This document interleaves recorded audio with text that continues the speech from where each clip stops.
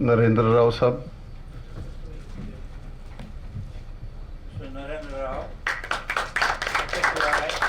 and he has got many degrees, but I will not say all. But he is dedicated for welfare of the people. Ports and seafarers. Okay. Miko Brown, please.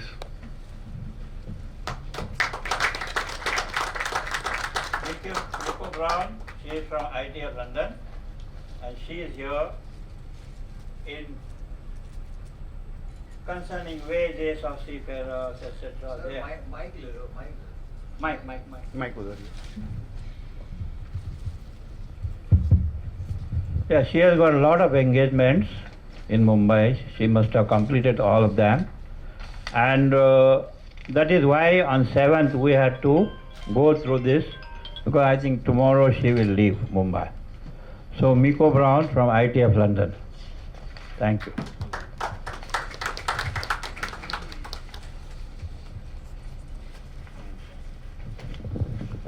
Joshi madam, please.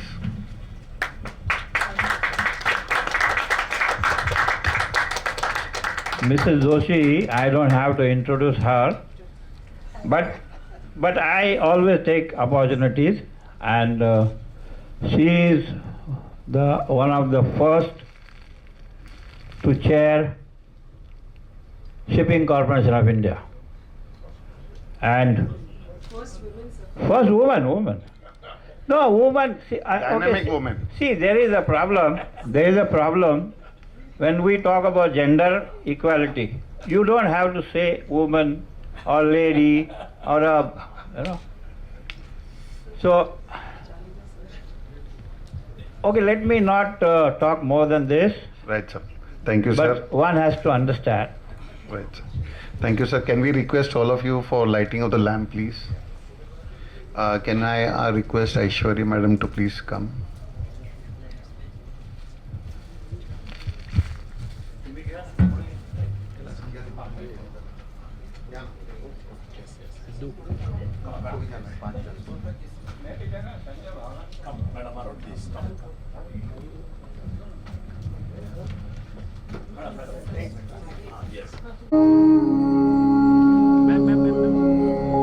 Vakratunda महाकाय सूर्यकोटि समप्रभा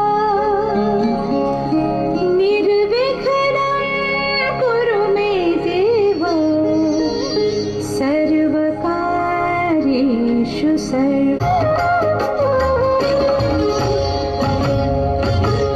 वक्रतुंड महाकाय सूर्यकोटि समप्रभा निर्विघ्नं कुरु मे देव सर्वकार्येषु सर्वदा वक्रतुंड महाकाय सूर्यकोटि समप्रभा निर्विघ्नं कुरु मे देव सर्वकार्येषु सर्वदा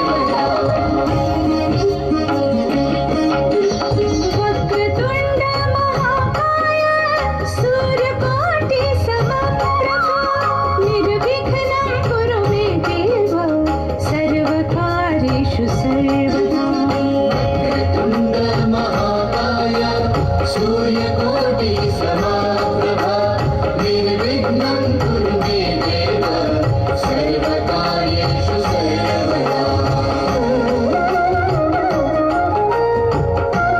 सर्वकार्येषु सर्वदा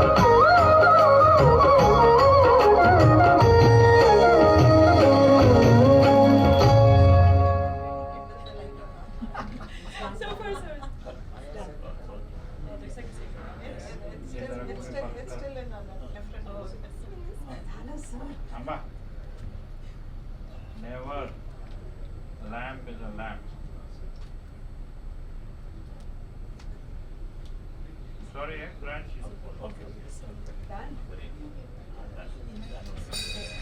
Thank you.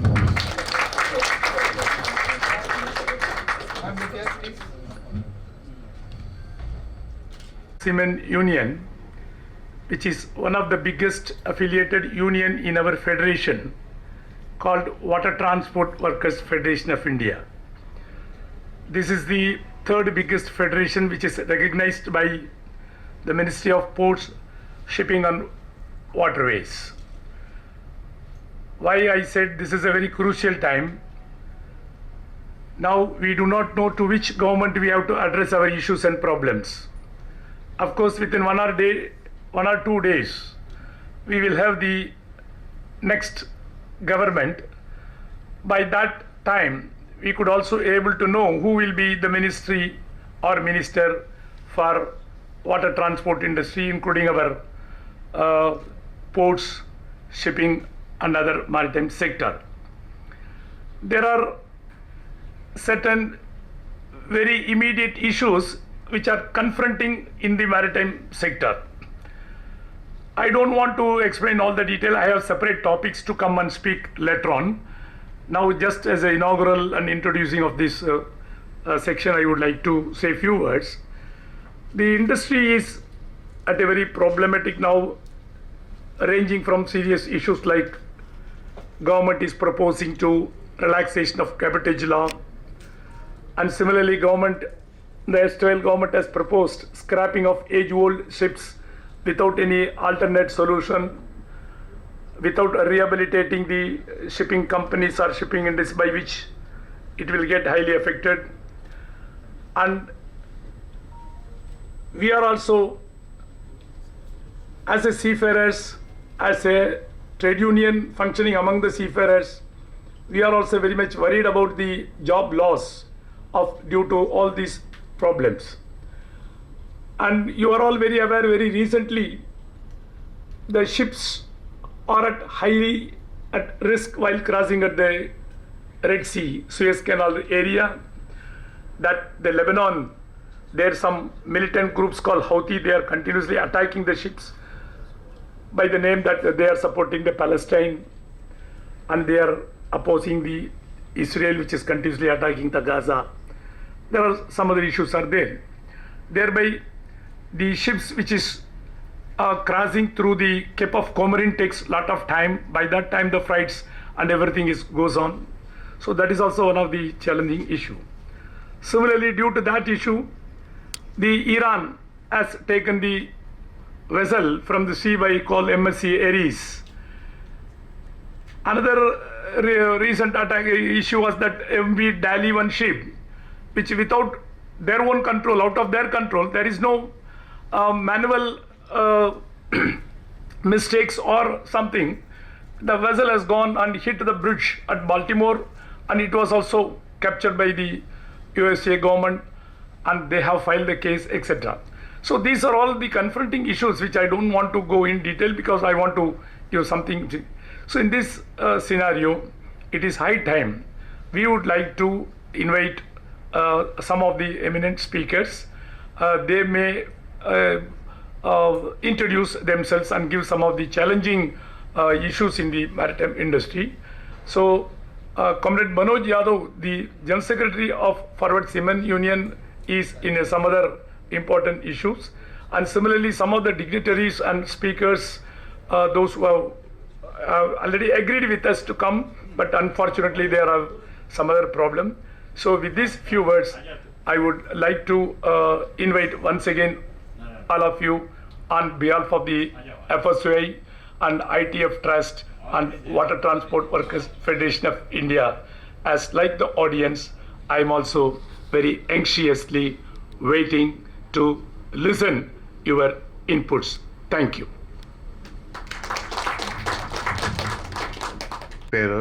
And can I request the panelists to please come on stage? So, Mr. Sanjay Bhavnani, can I request you to come on stage, please? Captain Girish Fadnes, Captain Nazir Upadhyay, and Captain Shravan Kumar.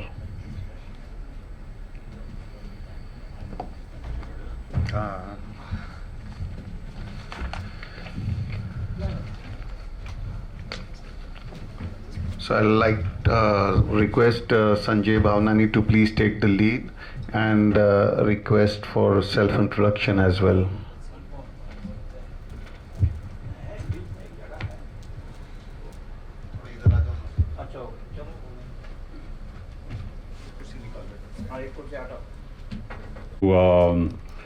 also get an opportunity to listen to all the stalwarts of the industry and be able to obtain fresh ideas and perspectives from all of them. We will be having this particular panel discussion, and of course there are going to be 2-3 topics. One is the aspect of the seafarers criminalization. Another aspect is related to the abandonment of the seafarers, and thirdly, of course, we have there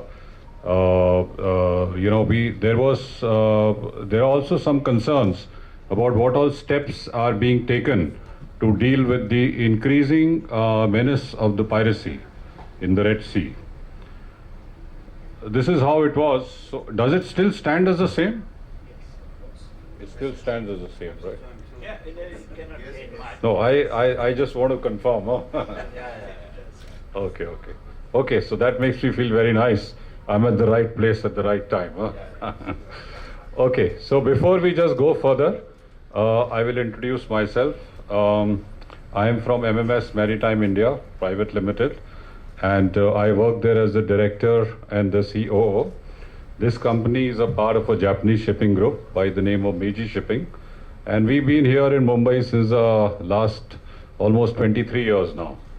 And our company operates a lot of tankers, and totally we have, I think, 50 plus vessels, and most of them are tankers. They've all been chartered to the various oil majors, and we try and maintain all these vessels to the highest possible industry standards. So it's a fairly demanding job, but yes, it keeps all of us busy, and definitely it helps us to also provide as many jobs as possible to the Indian seafarers from our end, which happens to be what our collective objective is of all of us who are here. So with that, I will like to hand over the mic to the next gentleman, and I will request him to introduce, and like this we'll go on to the last panelist here.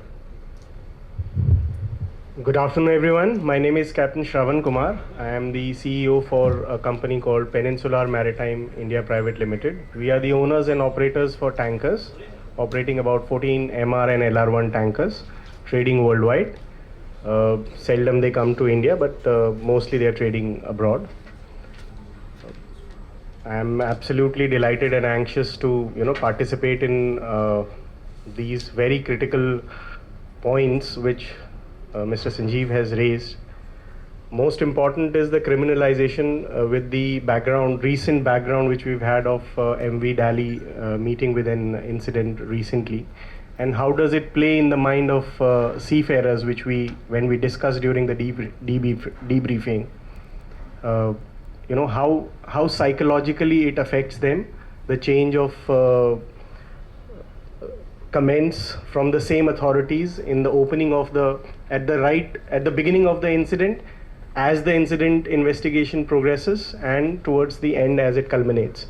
That plus, of course, the piracy and the militancy which is increasing, plus the attacks of certain groups on Red Sea area. So looking forward to a healthy discussion on that. With that, I'll just pass on the mic to the next, Captain Girish. Thank you very much. Good afternoon, ladies and gentlemen. Very warm welcome to you all here. I got pushed into this panel at the last minute, but that's okay.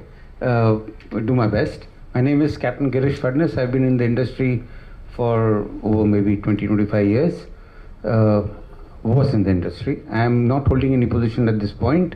I was the chairman of MASA, and also I was heading ASP for almost 16-17 years and MTN.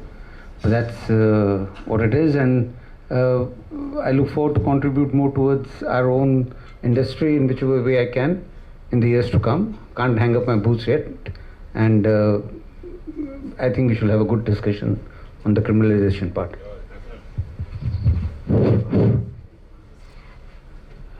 I am Nazir Upadhyay. Actually, I have turned out myself as entrepreneur, and I work for myself. Also, I am associated with FSUI very closely.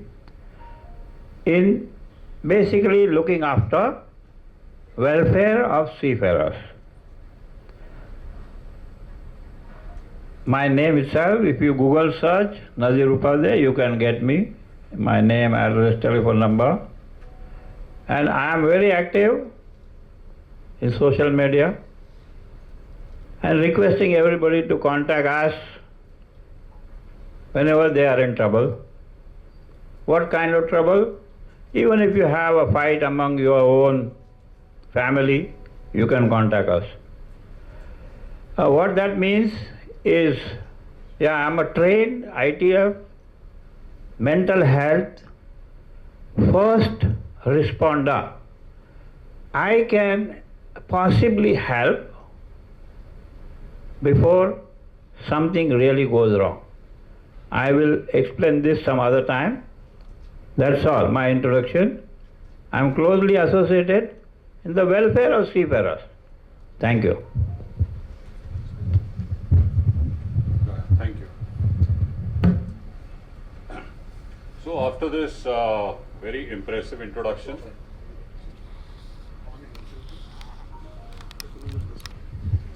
there's a green light. Green light is right, no? Green light is about the topic and also about the various aspects which they would like to highlight. Probably in short, whatever they would like to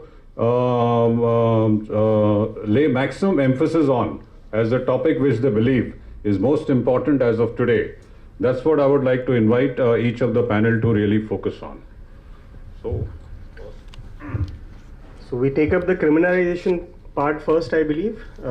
So let's take the reference of the most recent and prominent incident which took place of MV Dali. The first investigation report, draft copy, has been published on 14th of May.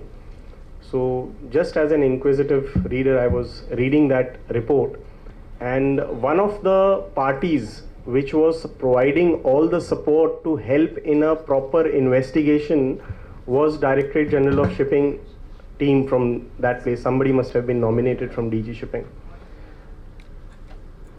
So it would have been really nice if you would have on the bridge, or the duty officers or the engineers down there.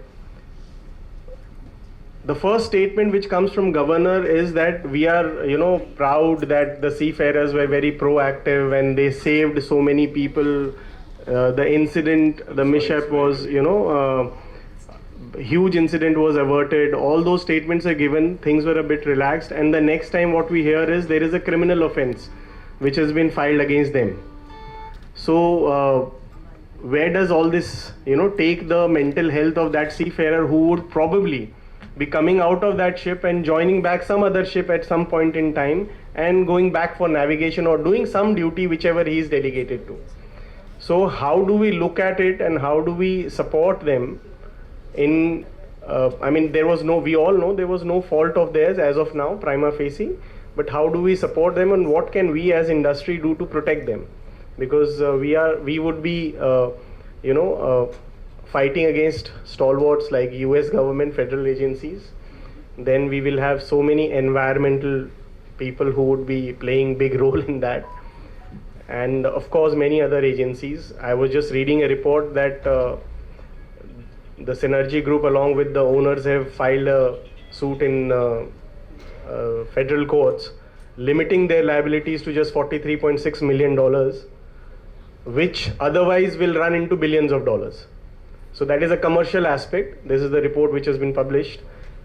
So imagine if this kind of money is involved, what the seafarers are going through there on board ship. So with that, I would like to seek opinions of our senior members here who can throw some light on that or take this discussion forward. This is Chalu hai. This has been one issue and topic, I think, for ages. We've been talking about criminalization of seafarers, and this is my opinion, I can't generalize because I may not be privy to a lot of information that happens from behind. It's only when we have an incident, we all seem to wake up. I'm talking on behalf of our seafarers. at least I can be honest in front of all of you all and say, I don't remember during my 20 years of being a head of 2 different companies ever talking to any seafarer what is he supposed to do in case of issues that could be varied. It could be a small error, documentation error, it could be drugs and alcohol, you have contraband drugs coming on board, and as big as a collision. I mean, have we ever trained our seafarers? I mean, have we ever spoken to our seafarers as to what legal assistance can they get? Like I said earlier, I have not ever done that. And as we moved on in my life, I realized that was one area, especially after the Delhi case, why didn't we do it?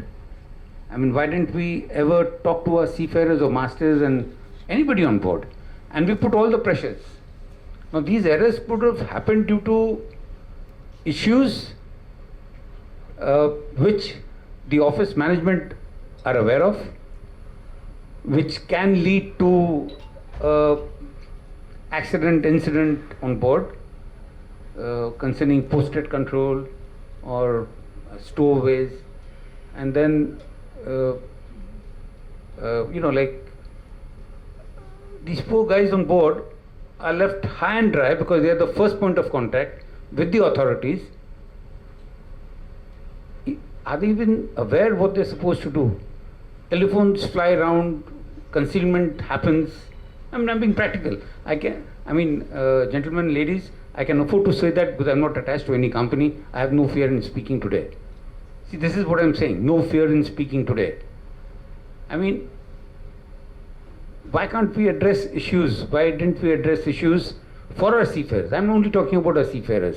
They are the ones who are caught in a crossfire without any proper legal representation or knowledge or exchange of information between us and them, because we are supposed to be assisting them.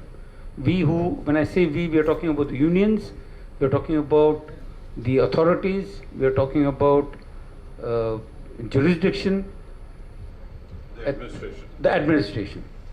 I mean, we are supposed to be talking about this. How do we come onto a platform? How do we bring everybody onto one platform? We talk about something happening overseas, not our jurisdiction. A small case, we had a death on board. I could not get the remains back to India for 1 month because the judge there very categorically told our agent in Argentina that it was at high seas, the death occurred, not my jurisdiction. I cannot issue a death certificate. And we talk about anti-corruption. I mean, I don't want to go into details, but after 1 month, we did the same thing, and we got the certificate, got the motor remains back. What do you explain to the family? So when I say this criminalization of seafarers, I think we have to educate ourselves. We have to educate legally with the administration, and that's the case what is happening on Delhi right now. So also on MV Delhi, I mean, this opportunity should be taken to probably create a stand. We have representation from ITF, we have FSUI of course hosting this event, and we have other dignitaries from the industry who have got more than required experience. See, as a master, when I used to sail, I used to have certain documents which would support me legally, but those documents were supporting my owner, my cargo owner, my manager. None of them was supporting the master or the seafarers in case of any event, to guide them how to proceed on that, to safeguard their interests. There is no such document or no such you can say contract which any ship manager, for that matter even me who's doing that, we do not do, because it is not, nobody has checked it. We don't tie seat belts in our car till such time that there is nobody to check at the signal. Very few people have got that behavioral safety pattern where, you know, they tie that seat belt. So same is the case till such time that there is no rule or a mandatory requirement. When CBA etc. was made compulsory through, you know, MLC, that is when people started following it so seriously. So it is high time that we should think first step, or maybe one of the step to stop this criminal. It may not stop completely. To take some steps should be give that support to the onboard seafarer to consult someone in such cases which can protect his or her interests on board. That is what I think is one way we should, one lesson which we should learn from this. Yeah, and if I may just, you know, take this discussion further, of course, this is very right that this is not being done, at least to the extent it should be. What do you think, in your opinion, is the main reason for this? Why is it that this is not being done? Because it's a very important element, number one. Number two, it basically affects so many aspects. So this should be probably one of the most important things. I think lack of knowledge, awareness. I mean, you don't want to enter into a zone which you're not competent enough to know, or you're not competent enough to understand. And we got some senior people, and actually we can take this discussion on the floor also, and somebody could, Philip Matthew is there. And hello, 1 minute. yeah. See, Yes, I have yes, to Ramnath. explain the audience. First of all, I was not supposed to be here on the dais. That's point number one. Second one, I have to explain to audience why we are all here. So, this concept of present, this seminar or conference, whatever you say, was started discussion in CMMI WhatsApp group. That time we said let us have close-knit couple of experts, dignitaries, executives come together into a round table where we can discuss out. Every time there is no sense in discussing an incident because that matters to a particular, say, company or particular individual. What we need to discuss is the welfare and the word criminalization of seafarers. Very, very shortly, I have written down few lines. I will read them out. But this is our main aim in future, because Mrs. Joshi is there, Captain Subedar is there. I would like to inform you that we will be having many more such events. They will be called round conferences, where we will allow everybody, whoever is in that conference, to discuss among themselves whatever they want to say. It is indoor.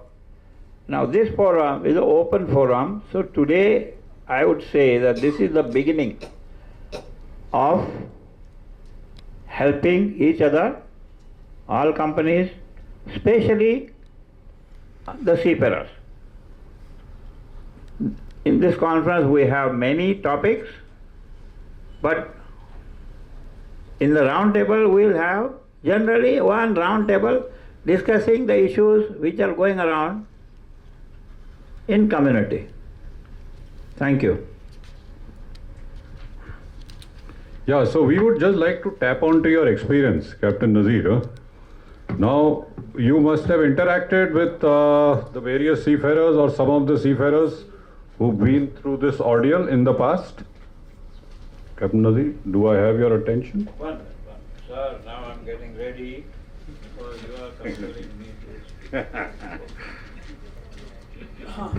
So, basically, the panel discussion will go on, and Sanjay Bhavnani, Dr. Sanjay Bhavnani is an expert. He has studied psychology and seafarer psychology and whatnot, I don't know.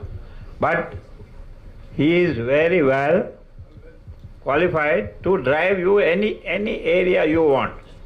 So before he drives everybody in that area, I would like to speak on criminalization.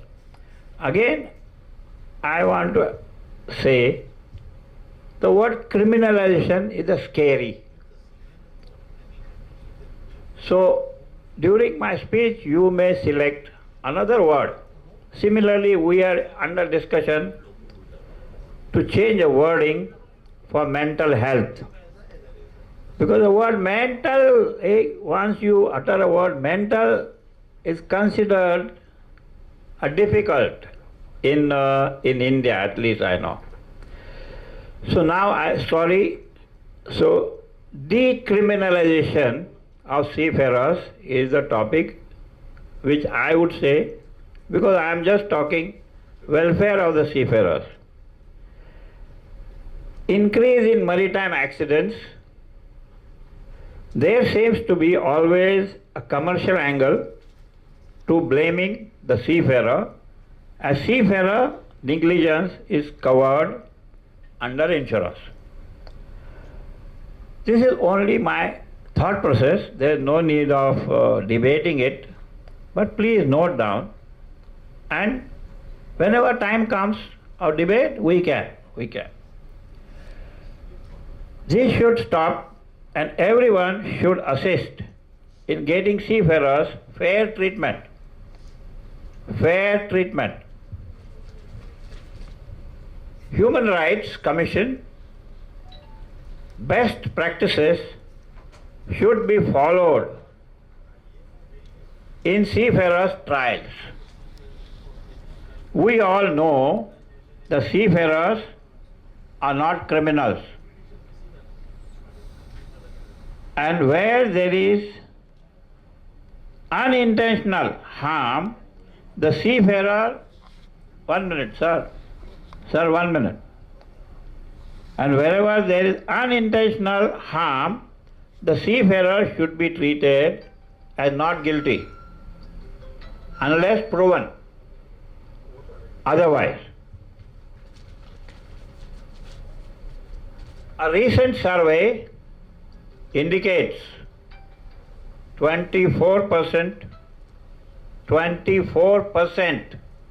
of masters have faced criminal charges. Main issues or main causes of filing criminal charges against seafarers: one, most of the cases it is pollution. Second most cases is a major collision. Major collision. One more page is somewhere there, it's short. Okay. There is, what is that? IMO's legal. See, we are here to discuss only human rights and help seafarers, so I will read this little bit more. IMO's legal committee has finalized a new set of guidelines to ensure the seafarers are protected against unfair treatment if detained in foreign jurisdiction on suspicion of committing a crime.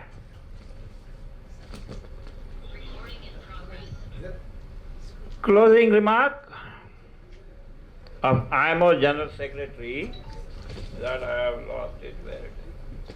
But anyway, so I think I have spoken enough, and basic idea is we must all support decriminalization and try your best to see the seafarers will not be blamed and they are fairly treated. Thank you. Yes, absolutely. I think everybody here in this room would completely agree with you on this.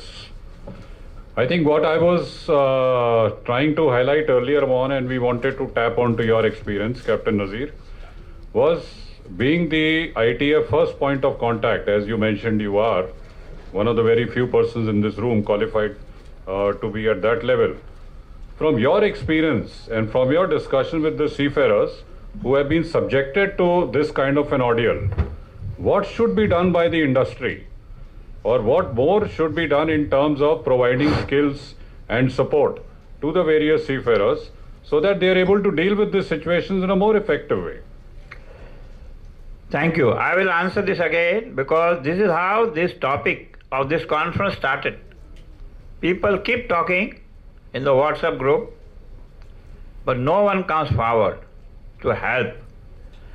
And I have spoken many times with unions. So one of the issue in CMMI came up, what a union can do. And that is how this conference started. So unions, I have discussed in person, and believe me, I can name a person from ITF London. He said, sir, we cannot solve all the cases, but we can make things softer for every case and we can assist. Anything else you want to hear from me? No, assist is all right. Assist is definitely there, I'm sure.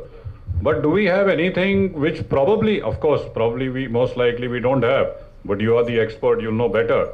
But do we have anything like a SOP in this case? There is no SOP, but we would love to have that. So what stops us from having one?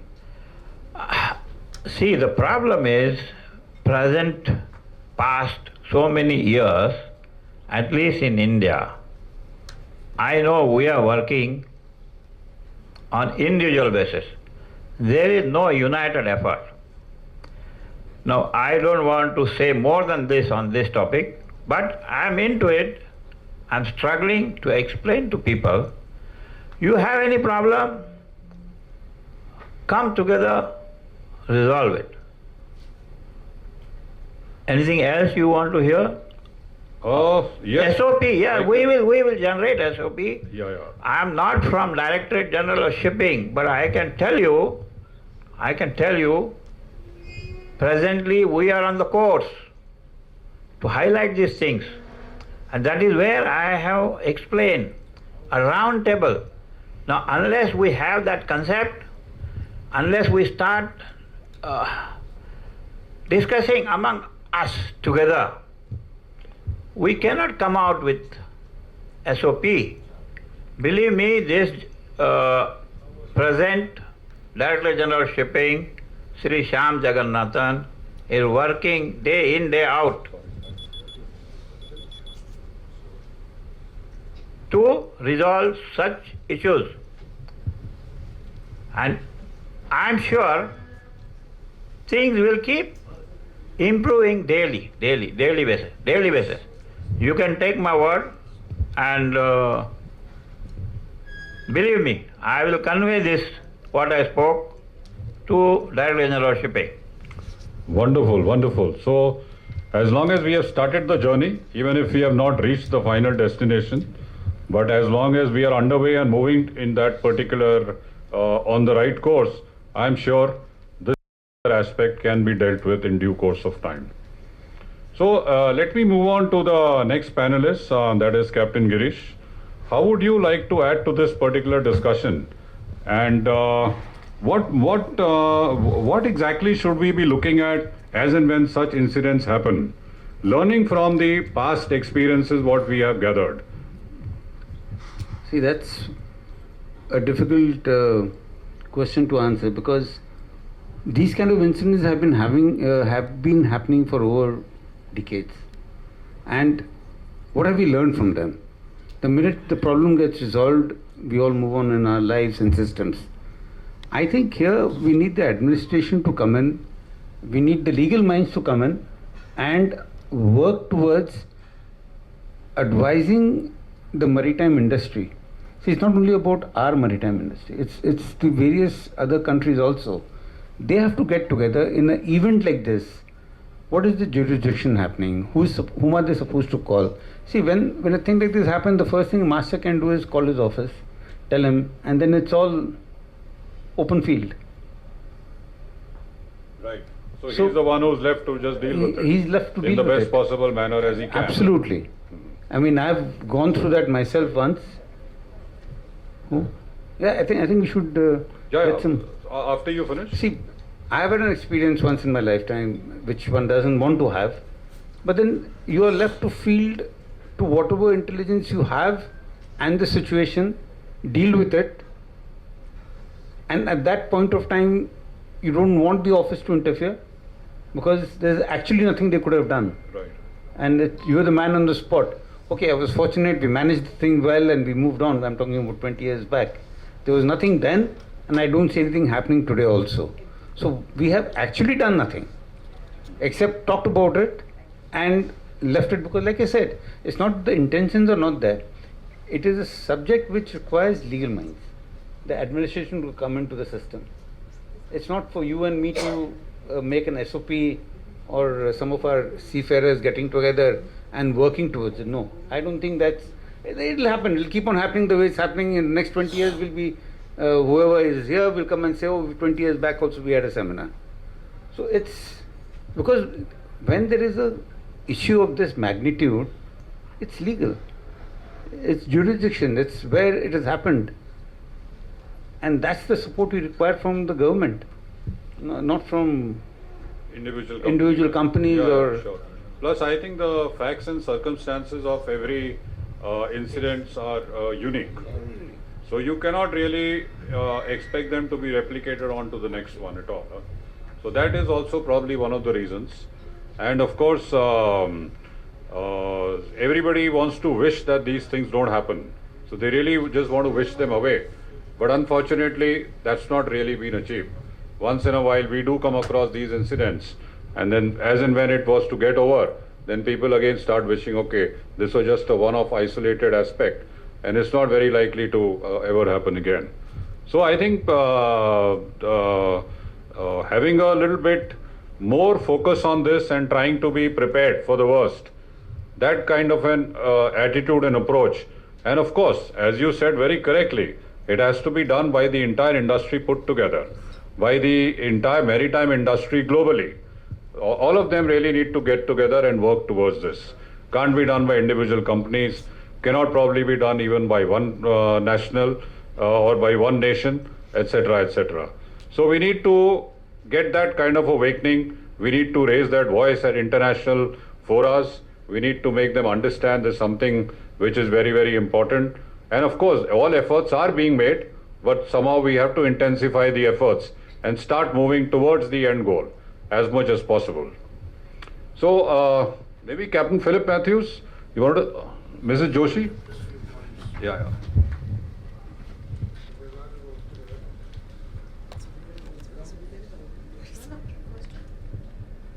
Yeah, good afternoon, everybody.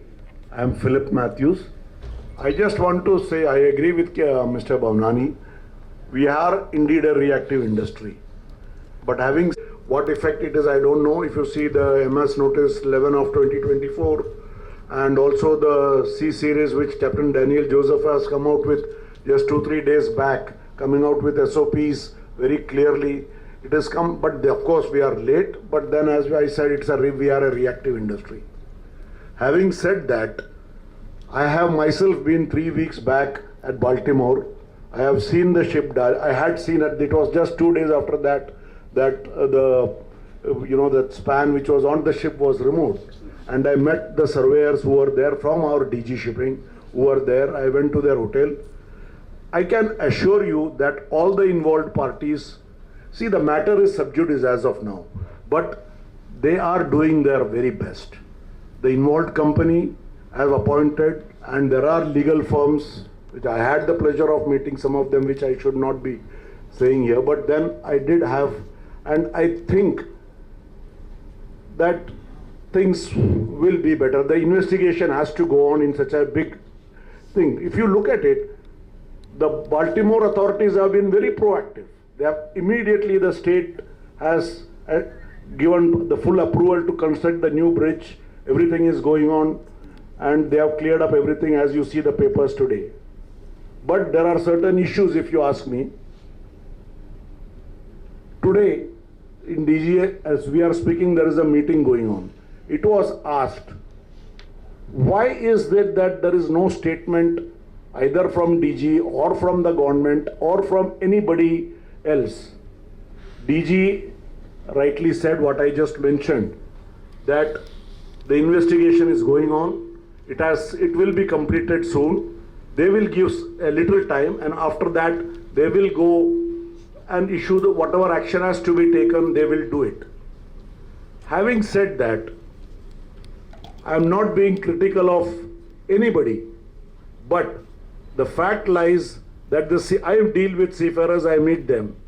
They ask me, what have we in India done other than the government authorities to arouse this topic in our newspapers, in our media? Is this Dali thing coming in our newspapers now? No. This happened on March 26th. Other than the US press which is covering it, is there anything happening in our press? No. Why is it not happening? Whose responsibility is this to arouse? My friend Narendra Rao ji, you are also responsible, I am responsible, everybody is responsible. See, unless we make I am talking not like a trade union, I am not supposed to be a union leader, but I am talking like one. We have dealt with each other before also. Philip, yeah, I want to interfere now, here. The thing is that we should also take our role seriously. We have to do what we have to.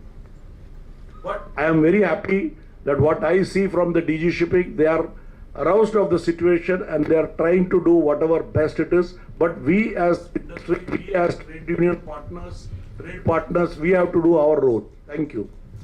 Okay, I will interfere in Captain Philip Matthews'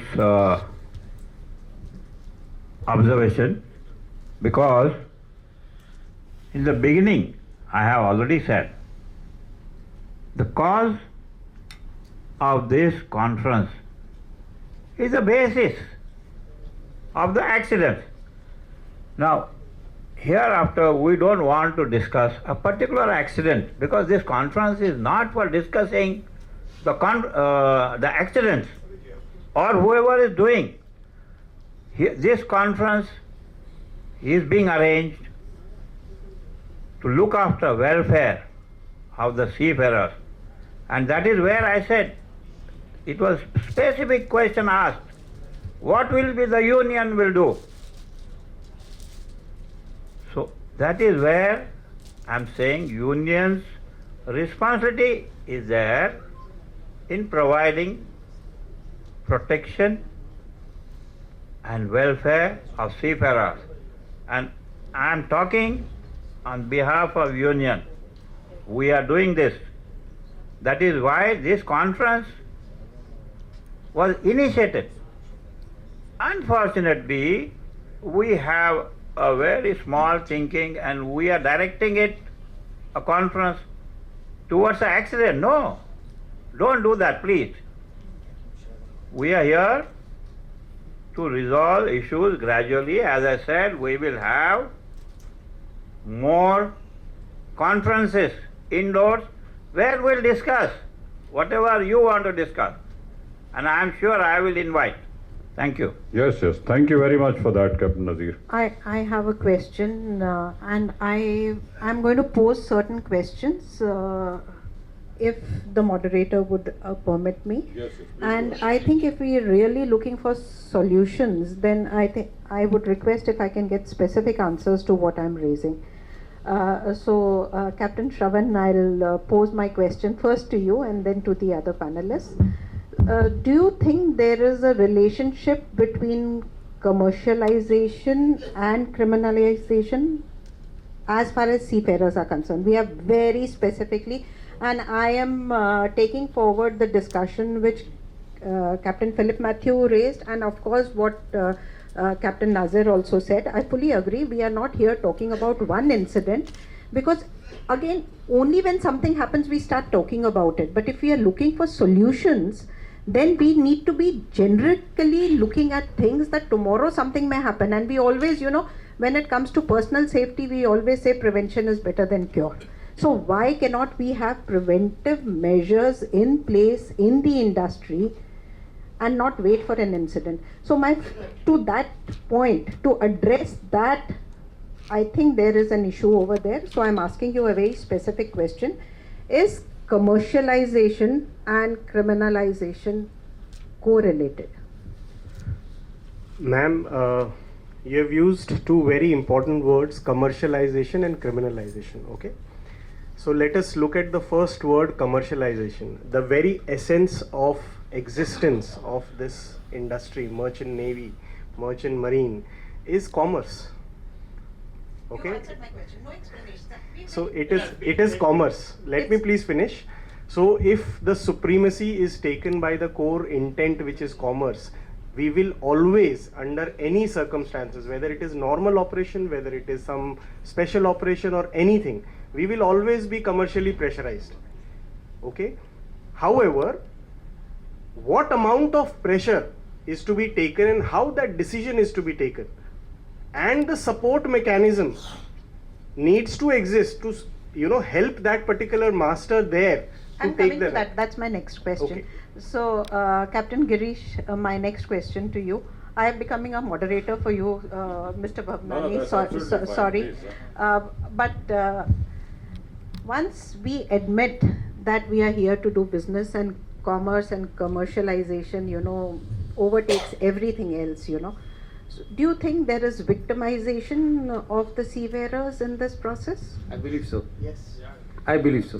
So this is where my next question is to you, Captain Nazir, that why do we always want to pass the buck that the administration will do something or the union will do something, when the employer of a seafarer, where you have a contract with him, I think you have a moral responsibility towards protecting your employee. Even though, a regular employee, and of course you can have regular employment seafarers also, but when it comes to shore employment and the type of responsibility and liability that an employer has towards an employee, why that cannot be duplicated for a seafarer, and the first responsibility, first respondent, first assistance should be from the employer. Right. Absolutely. And we are all the time trying to pass the buck that the administrator will do something, DG shipping will do some things. Why not the employer? Captain Nazir. Thank you, ma'am. You have And asked me also- the right question. Also, if I may just add, please pardon me. It's moral duty as well as legal duty as well. It is legally also tenable. See, I can tell you something more, Madam Joshiji. I have been struggling around in this industry, rather to say, trying to make people conscious of their responsibility and make them feel responsible for their welfare needs of seafarer. So before I drift here there, I will say that we are trying to make people aware that yes, they should collectively try to help and resolve the issues for seafarers. Not only this, I can tell you about Indian scenario. At least I will say 5 to 10 years back, when I was elected warden of CMMI, it was my observation. I'm not trying to drag the CMMI, but what I'm trying to do is to tell you, anything happened, they will point a finger at the union. Union dekhega. And it has changed now, yes, it has changed. But this is one thing. So let us not. 1 minute. No, sir, if I may interrupt, the specific query is why the employer cannot come in. I'm going to first. No. See, I would like to interject here. Mr. Joshi, you've been CMD. We've got people heading companies here. Have we ever heard responsibility taken by the owner or the ship management about an incident that has taken place on board? When you say about victimization of seafarers, this is what victimization is. So exactly my point is, there is, when an incident or an accident happens, the protector suddenly changes 360 Of course he degrees changes and his there is role. a conflict of interest. Absolutely, Because he's... he is out to protect his commercial interests, and that is where I asked you the question. It is the seafarer who gets victimized. I think we can close this discussion just by one. giving responsibility to the union. Just 1 to- minute. I want to read something which I could not read some time back. So, sir, if it is connected with this, then Connected with this, Okay. and seafarer, and see, this is what the changes are happening as we discussed earlier. Now this is the changes. I gave little bit part of IMO. Now in his closing remark, IMO's Secretary General said, the well-being of seafarers continues to be a great concern to me and to the entire membership of IMO. The guidelines will add a significant value in resolving the challenges faced by seafarers and ensure that seafarers are treated fairly. Again, I am repeating, but these are the words of IMO Secretary General. Thank you. Yeah, thank you. Just to add to this and about the victimization, but if we don't have the seafarers, how will we get the commercialization? I mean, my specific point which I am trying to highlight here is, don't both these things go hand in hand? If we look after the welfare of the seafarers, aren't we looking after the welfare of the commercialization? And also vice versa? Where exactly is the divergence? See, commercialization and seafarers, they all go hand in hand, because in the end you need somebody to drive that thing, right? You need somebody to operate the vessel. So seafarers cannot be ignored. But every incident, whichever has taught us something and some new regulation which has come in, have you ever seen that, and if so, how many of such incidents have taken into account and some regulatory part has come in to protect the seafarers? Till the time we do not bound, alone employer cannot do it till the time you do not bring in some regulatory part. We were able to look into well-being. We are all, before that also ILO was publishing many documents which were related to well-being, but nobody took it very serious because they were never binding. So the point which initially also commercialization will always take a supreme position, we need to bring in some regulatory framework whereby some support, either by way of union or by way of some centralized agency which has the authority to provide that support to that seafarer who's taking a decision in case of any incident. Everybody is protecting themselves.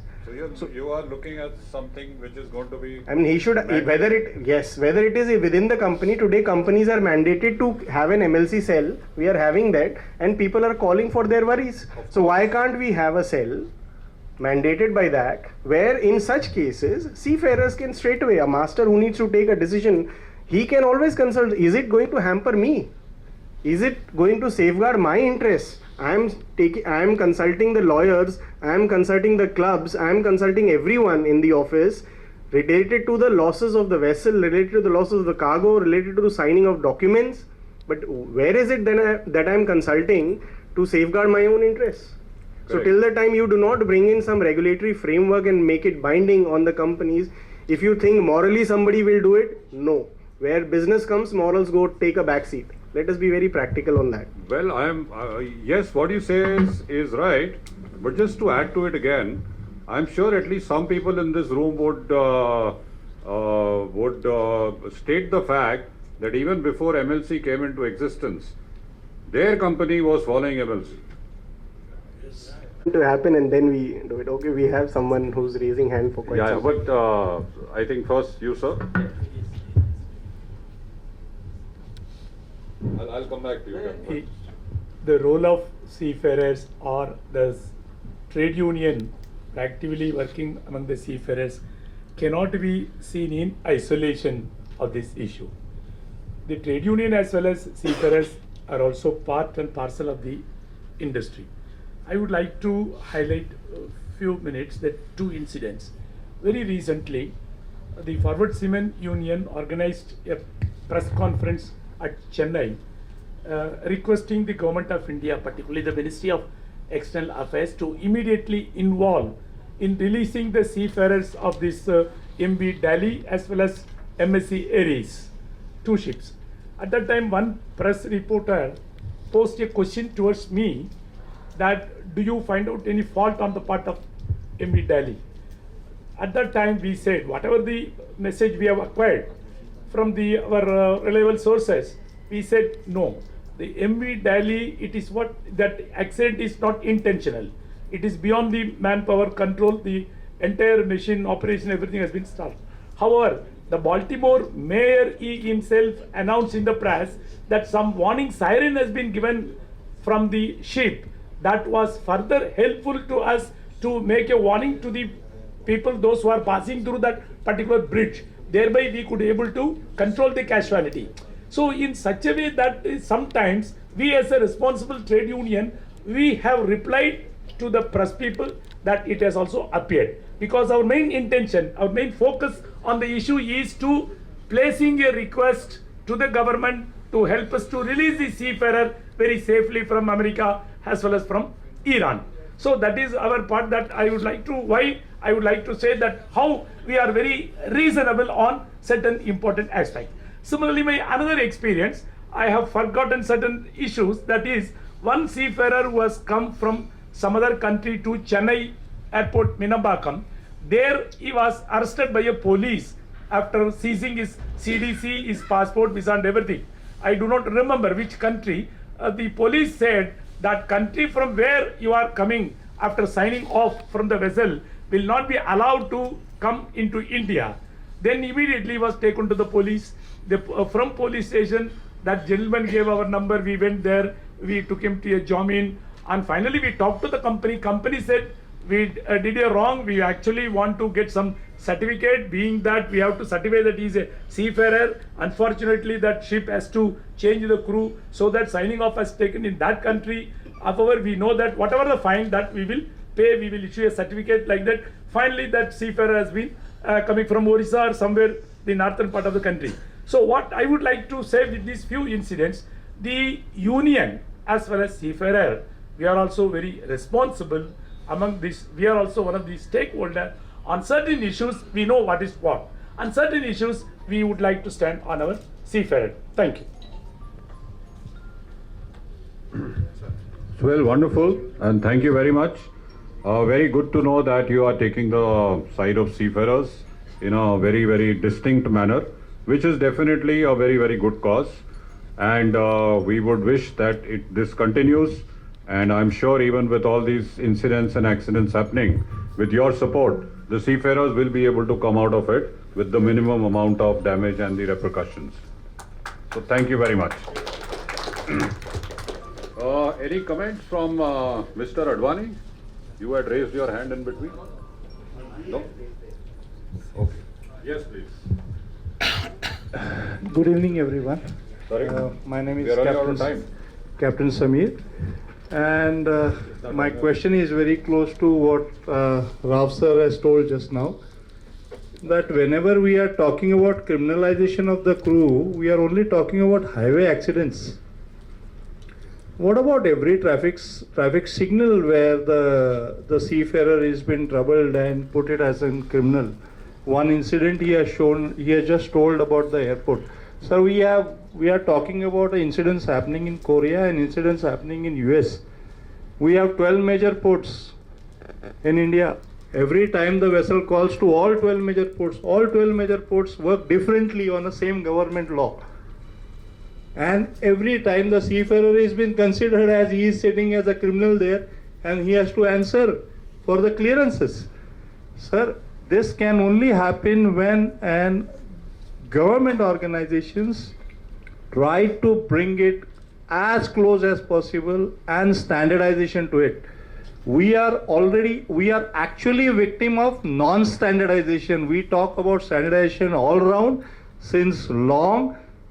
1912, the Titanic has gone down. Since then, the SOLAS discussion has started.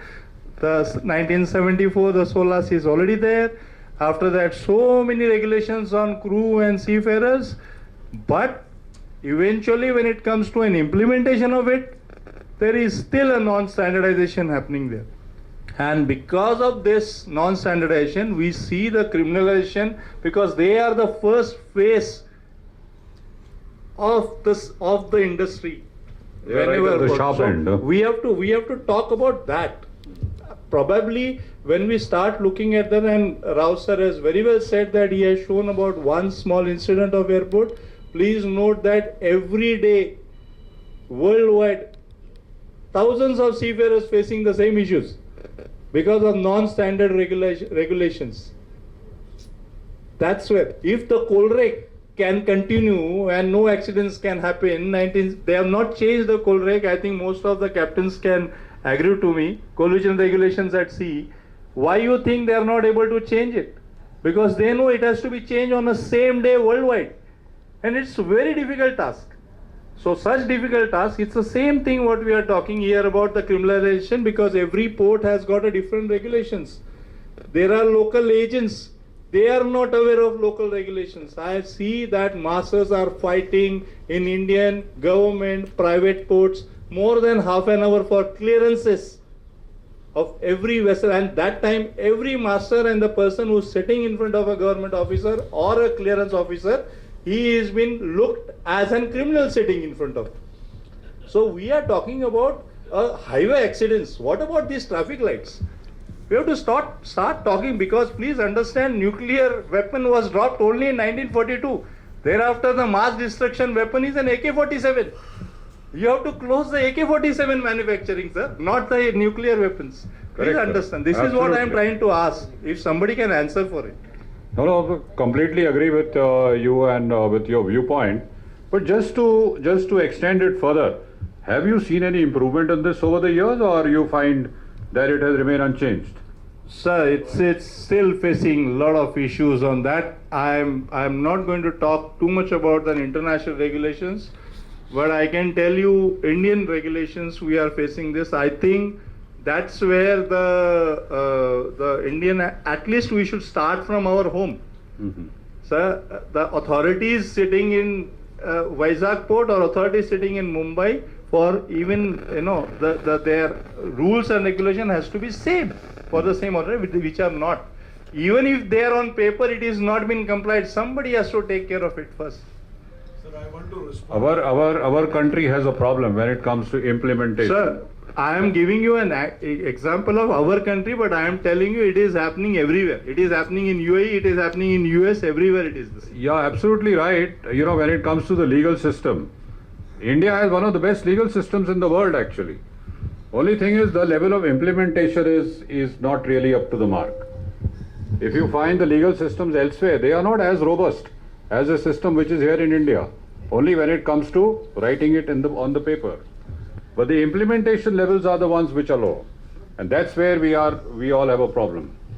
So that's something that's actually the reason why I asked you. Have you seen any improvement or any change over the years, or you find it to be at the same level? It's still variable, sir, but I still face that there is a lot of things to be done. Sure. Thank you. Thank you for your viewpoint. About the commercial shipping effect. Why this traffic signal nobody is looking at is because we all know how the traffic signals have been handled. Mm-hmm. Correct? That Correct. is what it is happening here. Thank you. That's where the commercial Thank you very much. Yeah, I just want to respond to it. Yeah. Captain Samir has raised very relevant query. This matter itself was today morning discussed, and INSA has taken up very strongly with the Secretary Shipping, Mr. T.K. Ramachandran is there in Bombay at DG Shipping, at IRS office where this session is going on. See, we have huge problems with coastal ships, especially coastal ships along the coast of India, where some places they put the stamp on the passport, the immigration. In one country where we are having our seafarers, why do we need all these clearances for people working on coastal ships? These issues are being raised, and well, this has been raised 2-3 years ago also, but the level of improvement has been very low, and it varies from officer to. There are ports in India where the DIG of the excise is there for just 1 hour in a day. See, there are serious issues we are raising. I think this is all a wake-up call. It is being, people are aroused and it is being taken. But let us hope that it comes up, and something comes for the better. Thank you. Yeah, definitely. We all need to be optimistic. We all need to look at what has been done rather than what has not been. And I'm sure in the times to come, things will progressively get better and better, with the hope that at some point of time we'll reach wherever we want to. Before we finally end, one comment by Captain Subedar, please.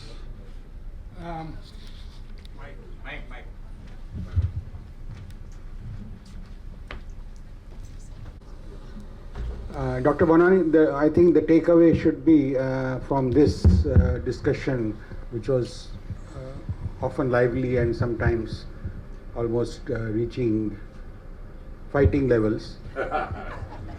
The takeaway should be, at the eve of MLC 2012 coming into force globally, this word criminalization got the highlight. It's been going on for years. My request to the organizers and takeaway from this session would be that IMO resolution A1056, which is about 12 years old now, needs to be raised. The bar should be raised, and Ms. Brown should take it home and make sure that IMO resolution on criminalization A1056, which is 12 years old, in the backdrop of Dali, should be put forward as a much stronger instrument at the IMO. And India should be piloting a paper at the legal subcommittee coming forward with this proposal. Thank you. Yes, sir, absolutely. I think that's indeed a very, very important aspect, and it has been articulated in a very effective manner, and that's what we as a nation, what we as a maritime industry here in India should strive towards. And we all need to get together, like Captain Nazir said. This is only one of the first meetings. There are many more meetings to follow. I'm sure this topic is going to be discussed more and more, and all the sections of the industry will come together and work towards the common objective of trying to, if not completely eliminate, that's probably just a wishful thinking, but at least try and dilute this to the maximum possible effect. We want all the seafarers to believe and feel that if they're going out to sea, they have the necessary support behind them.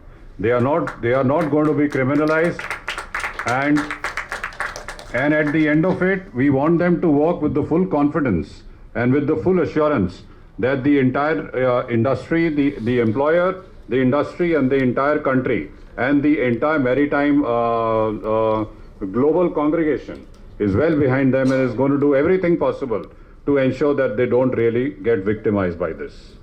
With that, I would like to thank all of you for your attention, for your participation, and once again, thanks to the organizers for giving us this opportunity, and we wish you the very best for the remaining part of this event. Thank you very much.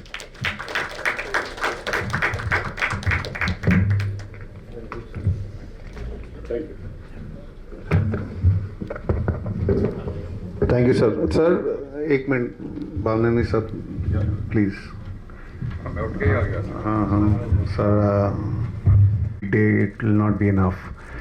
So moving forward, can I request Joshi madam and Miko Brown to please come on stage to give the mementos.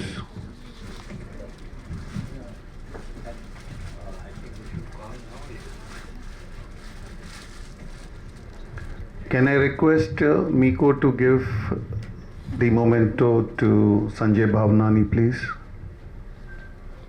Thank you very much.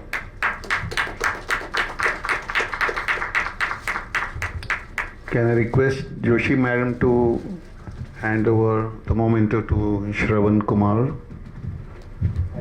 Captain Shravan Kumar, sorry.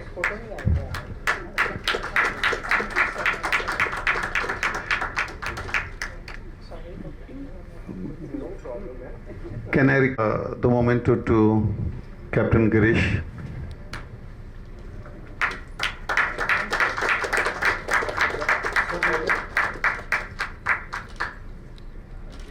Can I request Miko to please hand over the memento to Captain Nazir? No, nothing for him. Nothing for him?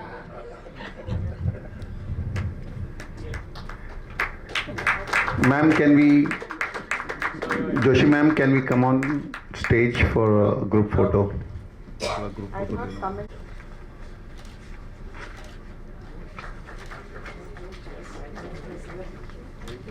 Thank you. Thank you, thank you, thank you.